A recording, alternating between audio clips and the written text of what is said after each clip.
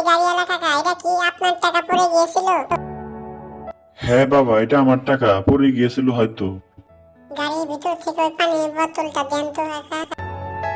আর ওই যে দেখা যাচ্ছে পাউরুটি, ওই পাউরুটিটা দেন তো আমাকে। এই ছেলে দাঁড়াও, আমার কথা শোনো।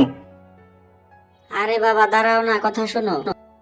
বুড়িমা, তোমার জন্য আমি পাউরুটি নিয়ে এসেছি।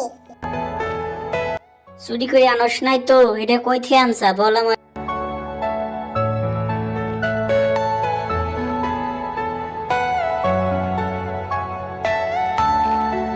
বাচ্চা ছেলেটাও এবং বুড়িমার জন্য কি এখানে কিছু টাকা রেখে দেই ছেলেটার ভবিষ্যতের জন্য।